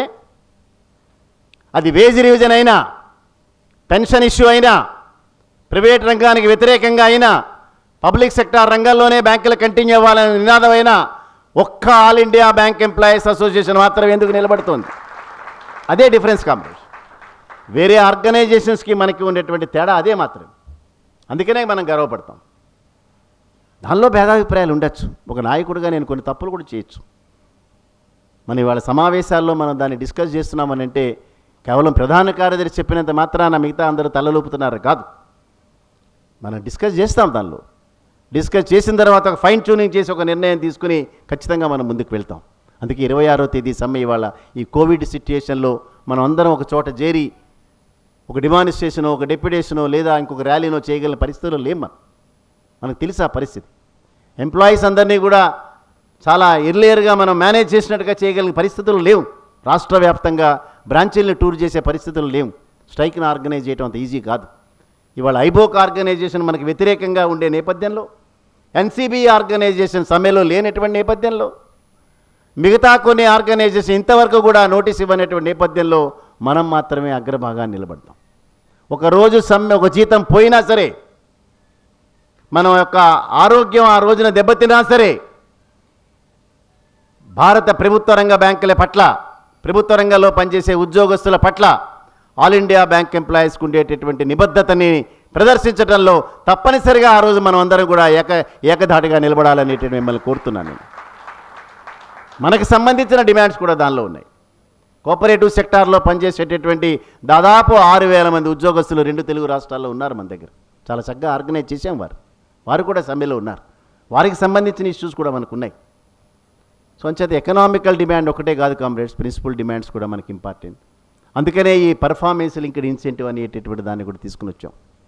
అదే రకంగా లీవ్ ఎన్కాష్మెంట్ 55 సంవత్సరాల లోపల 270 రోజులు ఏదైతే మనం లీవ్ క్రెడిట్ అవుతూ ఉంటుందో ఆర్డినరీ లీవ్లో, ఎన్కాష్మెంట్ కోసం 240 రోజులు ఏదైతే మనం ప్రొవిజన్ ఉందో, బట్ ప్రతి సంవత్సరం కూడా 55 సంవత్సరాల లోపల ఉన్నటువంటి వ్యక్తులు 5 రోజులు కేవలం ఎల్టీసీ వెళ్ళినప్పుడు మాత్రమే కాకుండా ఏదైనా కనుక ఒక ఫెస్టివల్ని కనుక ఎన్కాష్ చేసుకోదలుచుకుంటే ఈ 5 రోజులు 55 సంవత్సరాల లోపల ఉన్నటువంటి వాళ్ళకి, 55 సంవత్సరాలు దాటినటువంటి వాళ్ళు 7 రోజులకి ఈ లీవ్ ఎన్కాష్మెంట్ అనేటటువంటి కొత్త కాన్సెప్ట్ని మొట్టమొదటిసారిగా 11th బైపార్టెడ్లో మనం చేసేసాం.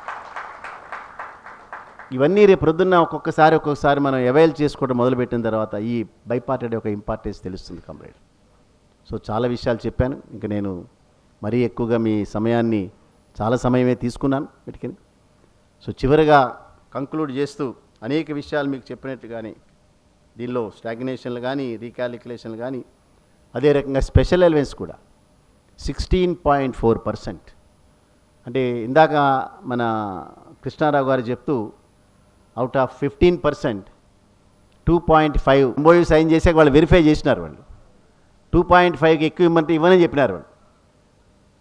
కానీ అదే ఐబీఏతో 2.8% కూడా లోడ్ చేసేస్తున్నాం దాంట్లో.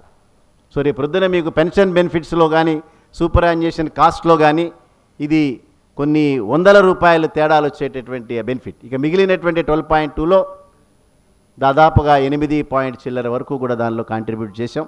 అందుకనే 16.4% డిఏ అట్రాక్టబుల్ కంపోనెంట్గా స్పెషల్ అలవెన్స్ ఉంది. అదే రకంగా ట్రాన్స్పోర్ట్ అలవెన్స్ మీద 1.8% డిఏ అట్రాక్టివ్గా, అంటే దాదాపుగా 18.2% వరకు కూడా మనకి ఇవాళ డిఏ అట్రాక్టబుల్ కంపోనెంట్ వచ్చింది. చాలామంది కామ్రేడ్స్ అడిగారు ఈ స్పెషల్ అలవెన్స్ని బేసిక్లో మెర్జ్ చేయొచ్చు కదా అనేటటువంటి ఉద్దేశం. బట్ ఈ ఒప్పందం ఇది. ఎప్పుడైతే సూపర్ యాన్యుయేషన్ కాస్ట్ అనేటటువంటిది మన దగ్గర మన బైపార్టెడ్ కిట్టీలోంచి మనం ఇవ్వట్లేదో అప్పటి నుంచి కూడా ఈ రకమైనటువంటి స్ట్రిక్ట్ మానిటరింగ్ మొదలైంది. కాబట్టి కొంత మేరకు మాత్రమే సాధ్యమైంది అది. సో అంచేత భవిష్యత్తులో వీటన్నిటి మీద అడ్రస్ చేయడానికి ప్రయత్నాలు చేస్తాం. ఎప్పుడైతే ఈ మనం సాధించినటువంటి నిర్వహణ లాభం మొత్తం మన దగ్గర ఉందో ఇటువంటివి సాధించడం కొంత ఈజీ అయ్యేటటువంటి అవకాశాలు ఉన్నాయి వీటికనేది. అట్లాగే మన డిప్లాయ్మెంట్ దీంట్లో 400 రూపాయలుగా ఉండేటటువంటి అలవెన్స్ని 600 రూపాయలుగా పెంచాం డిప్లాయ్మెంట్ పాలసీలో. అదొక డెవలప్మెంట్గా దాన్ని గుర్తించాలి. ఇక లీవ్స్ విషయంలో సిక్ లీవ్ అనేటటువంటి 30 సంవత్సరాలు దాటిన తర్వాత మరొక 3 నెలలు సిక్ లీవ్ రావటం అనేది అది 11th బైపార్టెడ్ సెటిల్మెంట్లో జరిగింది. అదే రకంగా లీవులు, మన కామ్రేడ్స్ లీవుల పట్ల ఎంత సీరియస్గా ఉంటారన్నది ప్రతి పండగకి నాకు అనుభవం అవుతూనే ఉంటుంది. పండగకి ముందు రోజు కామ్రేడ్ దసరా ఏమైనా పోస్ట్పోన్ అయ్యే అవకాశం ఉందా, అనవసరంగా శనివారం నాడు వచ్చింది దసరా, దీపావళి ఆదివారం నాడు వచ్చింది, దీన్ని సోమవారం కానీ నెట్టివేసే అవకాశాలు ఏమైనా ఉన్నాయా? ఫ్లడ్స్ రాగానే ఆయన చీఫ్ సెక్రటరీ గారు పొద్దున్నే డిక్లేర్ చేసినాడు 2 days అంతే హాలిడేస్ అని. అందరూ బ్యాంకులకు వచ్చేసినాక ఇంకా హాలిడే, అందరూ ఫోన్లు చేయడం మొదలుపెట్టారు. Comrade what about the holiday? Shailendra sent an message, comrade immediately attend it. వెంటనే ఒక మెయిల్ తయారు చేసి సమ్మద్ ఖాన్కి చెప్పి నువ్వు అర్జెంటుగా పోనీ అయినా ఫస్ట్ పోయి అక్కడ సిఎస్తో మాట్లాడు. సిఎస్ ఎక్కడో రీహాబిలిటేషన్లో ఉన్నాడు సార్, ఎట్లా పట్టుకోవాలని. వెళ్ళండి పట్టుకోండి ఫస్ట్ పోయింది. చివరికి బట్టి నెక్స్ట్ డే నాడు దాన్ని హాలిడేని సాధించినాం మొత్తానికి.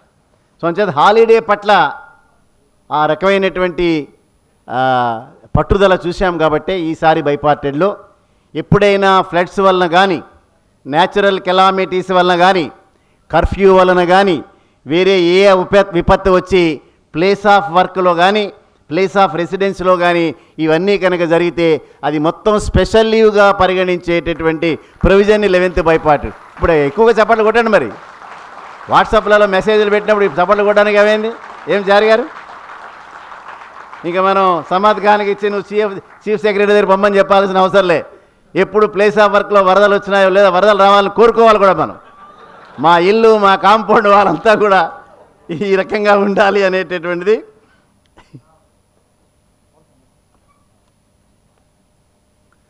సో ఈ రకమైనటువంటి లీవ్ రూల్స్లో కూడా సిక్ లీవ్ని యాడ్ చేయటమే కాకుండా మొట్టమొదటిసారిగా 3 monthsని పట్టుకొచ్చాం. ఇక మన లేడీ కామ్రేడ్స్ మన సోదరిమణుల యొక్క ఈ మెటర్నిటీ లీవ్ గురించి చాలా పర్టికులర్గా పట్టుకొచ్చినాం. దానిలో ఇవన్నీ ఆల్రెడీ సర్క్యులేట్ చేసాం వాటికి. సో ఎక్కడ కూడా ఈ 12 months అనేటటువంటి దాన్ని ఒక్కరోజు కూడా దాన్ని వేస్ట్గా పోకుండా అనేక వాటిల్ని దీనిలో పొందుపరిచాం వీటిల్లో. సో కామ్రేడ్స్ ఇక్కడితో నేను ఆపుతాను. ఏదో కొన్ని ఆర్గనైజేషన్స్ మన కామ్రేడ్స్ ఏదో పెన్షన్ ఏదో రెడ్యూస్ అవుతుంది అనేటటువంటిది క్యాన్వాస్ చేస్తున్నారని చెప్పి రాసినారు. అది ఎక్కడ రెడ్యూస్ అవ్వదు కామ్రేడ్. ఇవాళ మనం ఫుల్ పెన్షన్ తీసుకోకుండా కమ్యూటేషన్ కనుక మనం తీసుకున్నప్పుడు ఖచ్చితంగా కొంత మేరకు పెన్షన్ రెడ్యూస్ అయ్యేటటువంటి అవకాశాలు ఉంటాయి.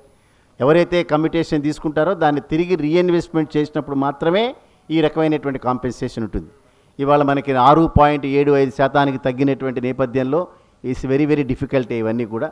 బట్ కమ్యూటేషన్ అనేటటువంటి ఒక ఈ పెన్షన్ స్కీమ్లో మనకు ఉండేటటువంటి అవకాశం ఉంది కాబట్టి పెన్షన్ ఎక్కడ రెడ్యూస్ కాదు. బట్ కమ్యూటేషన్ తీసుకొచ్చినటువంటి అమౌంట్ కనుక సరిగ్గా ఇన్వెస్ట్ చేసుకున్న రోజున ఆ రకమైనటువంటి ఉపయోగాలు ఉంటాయి. రెండోది కూడా ఈ పెన్షన్ విషయంలో అనేక అపార్థాలకి తావుదీసేటట్టుగా చాలామంది కామ్రేడ్స్ మాట్లాడుతున్నారు. ఇవాళ న్యూ పెన్షన్ స్కీమ్ ఎవరైతే 2010 తర్వాత జాయిన్ అయినటువంటి కామ్రేడ్స్ ఎవరైతే న్యూ పెన్షన్ స్కీమ్ ఉందో యాజ్ ఆన్ టుడే బేసిక్ మీద డిఏ మీద 10% మాత్రమే కాంట్రిబ్యూషన్ ఉన్నది వాడికి. ఆ 10% కాంట్రిబ్యూషన్ని 14%కి బైపార్టెడ్లో మన దాన్ని పెంచాం. 14% కాంట్రిబ్యూషన్ పెంచడమే కాకుండా భవిష్యత్తులో ఈ న్యూ పెన్షన్ స్కీమ్ ప్లేస్లో ఓల్డ్ పెన్షన్ స్కీమ్ అంటే family pension, DA linked pension scheme, commutation ఫెసిలిటీతో ఉన్న ఓల్డ్ పెన్షన్ స్కీమ్ రావాలని చెప్పి ఆల్రెడీ డిమాండ్ చేస్తున్నాం. అది సాధించేంత వరకు తప్పనిసరిగా కష్టపడతామని చెప్పి కొత్త ఎంప్లాయీస్ కూడా మేము ఎష్యూరెన్స్ ఇస్తున్నాం. With all these things comrades మరొకసారి మీ అందరికీ కూడా నేను విప్లవాభివందనాలు తెలియజేస్తూ మంచి బైపార్టెడ్ని తీసుకుని వచ్చాం. చక్కటి ఏరియాస్ని మొన్న క్యాలిక్యులేట్ చేస్తే ది హైయెస్ట్ 9 స్టాగ్నేషన్ దాటినటువంటి కామ్రేడ్ యొక్క ఏరియర్స్ 36 నెలలకి 5,75,000 రూపాయల ఏరియర్స్ వస్తున్నాయి. 5,75,000 అవేవి చిన్న ఏరియర్స్ కావు అవన్నీ కూడా. సో ఆన్ ఎన్ యావరేజ్ 2-2.5 లక్షల రూపాయల వరకు సబార్డినేట్ స్టాఫ్కి క్లరికల్ స్టాఫ్కి వచ్చేటటువంటి ఒక మంచి బైపార్టెడ్ని ఓ మంచి పర్ క్యాపిటా ఇన్కమ్ అనేటటువంటిది పెరిగేటటువంటి దాన్ని ఓ ఎకనామికల్ డిమాండ్ ఇది చేసాం. ఇందాక మోహన్ రెడ్డి గారు చెప్పినట్లుగా ఇంకో సంవత్సరం పాటు దీన్ని ఎంజాయ్ చేస్తున్న తర్వాత మళ్ళీ 12వ ద్వైపాక్షిక వేతన ఒప్పంద డిమాండ్స్ అన్ని మొదలవుతాయి. సో అది నిరంతరం జరిగేటటువంటి ప్రక్రియ కాబట్టి మీ అందరికీ కూడా పేరు పేరున ధన్యవాదాలు, మీ అందరికీ కూడా పేరు పేరున అభినందన తెలియజేస్తూ రేపు 26వ తేదీ సమ్మె కూడా చాలా సక్సెస్ఫుల్గా దిగ్విజయంగా ఇంప్లిమెంట్ చేయమని కోరుతూ ఆఖరిగా లెవీ మ్యాటర్. లెవీ అనేటటువంటిది దాన్ని సింపుల్గా తీసుకోకండి. ఎవరెవరైతే మనం రాబోయేటటువంటి రోజుల్లో ప్రైవేటైజేషన్కి వ్యతిరేకంగా అనేక కార్యక్రమాలు తప్పనిసరిగా ప్రతిదీ ఖర్చుతో కూడుకున్న వ్యవహారమే. అందులో బేస్ యూనిట్స్ కూడా నిరంతరం కామ్రేడ్స్కి ఎక్స్ప్లెయిన్ చేస్తూ బ్రాంచెస్ని టూర్ చేయాల్సినటువంటి ఈ నేపథ్యంలో లెవీ అనేటటువంటిది ఇవ్వటం అనేటటువంటిది ఇండియాలో ట్యాక్సేషన్ అనేటువంటి అంటే ప్రతి ఒక్క వ్యక్తి కూడా ట్యాక్స్ పే చేయడం ఏ రకమైనటువంటి గురుతరమైనటువంటి బాధ్యత. ట్యాక్స్ పేమెంట్ ద్వారా మాత్రమే కంట్రీ యొక్క పురోగతి ఉంటుందనేటటువంటిది వాస్తవం ఎంతైతే అవుతుందో ఇవాళ ఆర్గనైజేషన్స్ అన్నిటికీ కూడా ఎకనామికల్గా వీక్ ఉన్నటువంటి ఆర్గనైజేషన్స్ చూశాను నేను. వాళ్ళ దగ్గర ఏ రకమైన యాక్టివిటీ ఉండదు.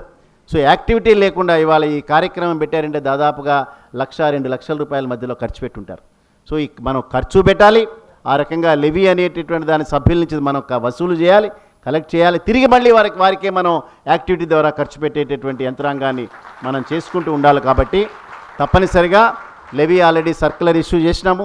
ఈ 4% లెవీలో కూడా 40% స్టేట్ ఫెడరేషన్స్కి వెళ్తాయి, 20% ఆల్ ఇండియా బ్యాంక్ ఎంప్లాయీస్ అసోసియేషన్కి వెళ్తాయి, 10% బ్యాంక్ వైజ్ ఆల్ ఇండియా ఆర్గనైజేషన్స్కి, 30% స్టేట్ బాడీస్ దగ్గర ఉంటాయి. కాబట్టి ప్రతి బాడీ కూడా all India bank employees association సంబంధించిన ప్రతి వింగ్ కూడా ఆర్థికంగా బలపడేటటువంటి అవకాశం ఉన్నటువంటి పరిస్థితుల్లో ఎవరైనా కనుక కామ్రేడ్స్ ఏదైనా తప్పుదారి పట్టినా వాళ్ళని కన్విన్స్ చేసి ఆ రకమైనటువంటి లెవీ కలెక్ట్ చేయాల్సినటువంటి బాధ్యత ఇప్పటికే కొంతమంది ఇందాక శ్రీకాంత్ రెడ్డి చెప్తున్నాడు. ఈవేళ ఈ ఇంటెలిజెంట్ పీపుల్ అందరూ కూడా ఇంటెలిజెంట్ బ్యూరోకి సంబంధించినటువంటి వ్యక్తులు ఆల్రెడీ మీరు చాలా జబర్దస్తి పెట్టి లెవీ కలెక్ట్ చేస్తున్నారట, కొంతమంది కోర్టులకు ఆల్రెడీ వెళ్ళినారట. ఇవన్నీ జరుగుతూ ఉంటాయి కామ్రేడ్స్. ప్రజాస్వామ్యంలో తప్పదు ఇవన్నీ విరుద్ధమైన అభిప్రాయాలు. కానీ ఒక ఆర్గనైజేషన్ని మనం ఎంతో కాలంగా పటిష్టంగా రన్ చేసేటప్పుడు రేపొద్దున మార్చ్ టు పార్లమెంట్ కార్యక్రమం మన స్టేట్ ఫెడరేషనే మనం చూస్తే ఎవరెవరైతే మార్చ్ టు పార్లమెంట్ కార్యక్రమంలో పార్టిసిపేట్ చేస్తారో వారందరికీ 1000 రూపాయలు సబ్సిడీ ఇస్తున్నాం మనం. అక్కడ రూమ్స్ అన్నీ మనమే బుక్ చేస్తున్నాం మన ఖర్చులతో. అదే రకంగా వారు ధరించేటటువంటి షర్టును కూడా మనమే కాంట్రిబ్యూట్ చేసినటువంటి సందర్భాలు. ఖర్చు పెడతాం తప్పనిసరిగా, మనం ఏదో అకౌంట్స్లో దాచుకుని మురిసిపోయేది కాదు ఇది. రేపు రాబోయేటటువంటి రోజుల్లో చేసే ప్రతి ట్రేడ్ యూనియన్ యాక్టివిటీకి డబ్బుతో ముడిపడి ఉండేవి కాబట్టి ఇది ఒక్క అవకాశమే.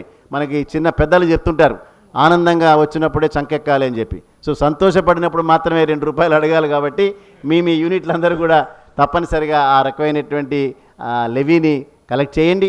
ఆర్థికంగా కూడా బలపడదాం. రాబోయేటటువంటి రోజుల్లో సిద్ధాంతపరంగా అదే రకంగా ఆర్గనైజేషన్ పరంగా బలపడి మరింతగా మనం ఎంప్లాయీస్ యొక్క సేవలో పునర్నిర్మితం అవుదామని చెప్తూ మీ అందరికీ మరొకసారి 11th బైపార్టెడ్ సెటిల్మెంట్ యొక్క సందర్భంలో అభినందనలు తెలియజేస్తూ ధన్యవాదాలు. Thank you comrade.